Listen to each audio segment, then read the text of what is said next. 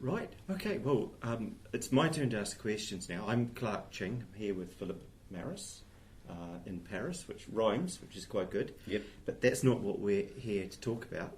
I have a question for you, based on something we were talking about in last night's session, which is a really simple question. How do you find bottlenecks? How do I find bottlenecks?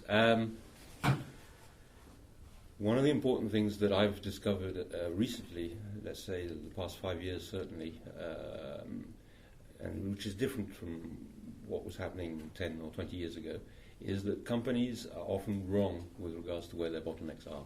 Okay. Mm-hmm. If I look back 20 years ago when people called me up, they said, we want to apply the theory of constraints. We know we have a bottleneck, it's here. I would go and check it out, and that would be true. Now, statistically, on our last 5 years projects, 8 times out of 10, they've got it wrong. Really? They'll call us up saying, we're interested in the theory of constraints, and they show me a machine or a department and say, welcome to the bottleneck, and it doesn't fit. 8 times out of 10, it doesn't fit. So, how do we find that, and why do I know it's not the case? Well, first, I ignore basically all data in an organization. They try and pile up all their stuff coming out of their ERPs and calculations of capacity and so forth. Because it's always wrong. Why is it wrong? Because they have an annual budget in which the work is to make sure that there is no bottleneck in the system. So the data is going to either be wrong or sufficiently wrong not to be able to tell the truth. And it's also got a lot of blind spots, that data. So basically, the very, very simple answer is to find the longest queue in the system, the biggest pile up of work. And in a factory producing thing, that's very easy because it just you get a huge pile. Although it's just tricks of the trade. You have to ask them, do you have a hangar outside somewhere and stuff? And, it's we had to hire something 2 years ago temporarily, but we still got it, and there's a lot of stuff over there too. Or look around the walls of the factory because when you have too much stuff, as this shows, it tends to fall off all sorts of places. Yes. So that's the main point, is to find the queue. Sometimes it's more difficult because it can be in paperwork or in immaterial stuff, in files and stuff. But you should find 20, 30, sometimes 40% of the queue in front of the constraint, and that's it. You might not find it the first time if they don't know what's going on, and before you understand their business and their process. But what makes it very easy is once you've found it, you're in the right place because it all makes sense. Right. Everything you can from logical thinking. If this is the bottleneck, what should I find?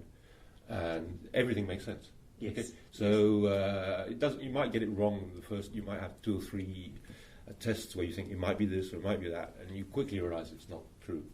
But when you find it, just as I say, everything suddenly makes sense. That's how you guess until it's obvious that you found the right spot.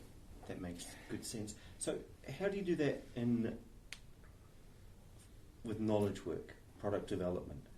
It's the same. You have to try and work out where those files are, and obviously it's more difficult, especially if it's completely immaterial, if it's in people's files. Yes. But then you listen out to, as you talk to the various people, where the thing they're waiting for is, and it'll be in such and such a department, and I'm waiting for such and such a department, or I'm waiting for the validation of George. And when you hear George's name 7 times in the day, you try and work out, could George be the bottleneck? And when you go and visit George and you see that in fact he's got sort of 6 months work on his desk, and his phone never stops ringing, you think, well, this looks as if I might find the bottleneck. Lots of potential there.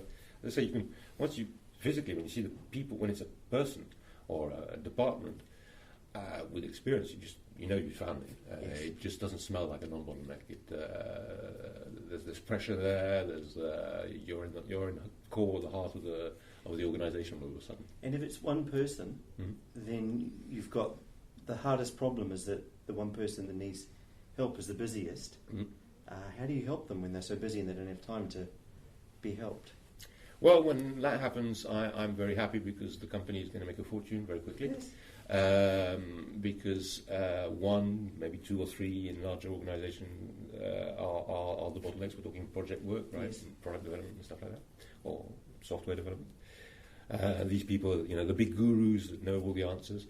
And when you try and interview them, which is very difficult, you see how rotten their day-to-day life is. It just doesn't, it's not the way to work. They're multitasking hard. Yep. They've got 3 phones. There's 4 people waiting outside, and the taxi's waiting for them to go to New York, and so forth. And to help them is very simple. You have to protect them so that they can start working properly, and cut out the multitasking and help and make sure that their work is properly prepared. Full kitting, that's to say, any file they're going to work on, all the documentation is there, it's been prepared for them. Yep. They just read it through, think a bit, and then take the decision once and for all. Don't waste their time. Right, rather than opening up a file saying, that's not there, and forgetting to send the mail to the person whose document is missing in the file. And so the thing will just sit there waiting for him to find the time to tell the person to add the paper that he needs to take the decision. Yep. And it'll take 3 months. That makes sense. So when we were talking last night, yep. I was saying that in my experience, when I've come in, whether it's been looking at agile teams or teams that I'm helping transition to agile, their bottleneck has always been testing initially, and it changes over time. But then over time it usually transitions to be just these vital few. Absolutely. Yeah, and you were saying you have exactly the same experience, and your approach is critical chain, which is very similar. Yeah. Could you talk a little about that? In project development, there's the case we just mentioned where it's a couple of experts, and the other one is testing, and nearly always it's one of those two. Okay, so testing. Why is it testing? A number of reasons. One, they are second-class citizens. They are not added value. People tend to forget their existence, and everybody's crying in the organisation saying they have too much work, right? So they're second-class citizens and crying. So nobody listens to them at all. That's one thing, and the other is that often, in fact, the easy way to find a bottleneck is to think what has changed in the organisation over the past 3 to 5 years. And one of the things that has changed is that, especially in product development rather than software, I don't know software development enough to say if that's the case, is that the quality issues are such that you have to test a lot more than you used to. Yes. Okay? But people hesitate to invest in that kind of thing because it's not value added, and so they end up with insufficient capacity, and that's awful because it's not the right place to have a bottleneck. The other thing that doesn't help because I find this in manufacturing too, is that it's not in the system. It's considered an indirect work. It's not in the bill of materials and in the routings and stuff. There's no time allocated. It's just then it will be tested by quality. And so if you ask an ERP system where the bottleneck is, it doesn't even know that the workload of testing exists. That's interesting. But then there are other reasons in some kinds of products, quite a few products, that testing equipment is very, very expensive. I mean, when you in microchips and stuff, the machines that test have to be necessarily, technically speaking, faster than the chip you're testing. So you're talking about very, very expensive machines. You're talking about $5-10 million dollar machines minimum. So they don't buy 2 extra ones. No. And so that's another good reason for them to be bottlenecks. Right, that's interesting. So if you've got testing as your bottleneck, there'd be certain things you would do, and then over time that would change. It must change. It's a very bad place to have a bottleneck. Yes, that's where we both agreed. I prefer in software development that it's the developers rather than the testers. Would you share that preference? Because you have engineers.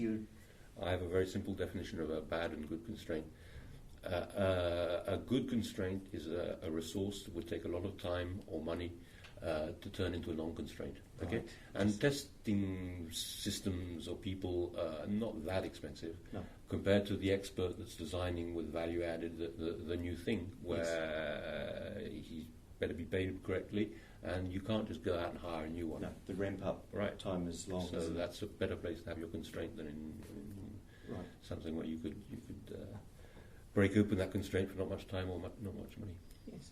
Okay, that's interesting. Should we leave that bit there then? Yeah. Okay. That was very interesting. So there you go. That's Philip. Listen to him. He knows what he's talking about. Thank you. Thank you.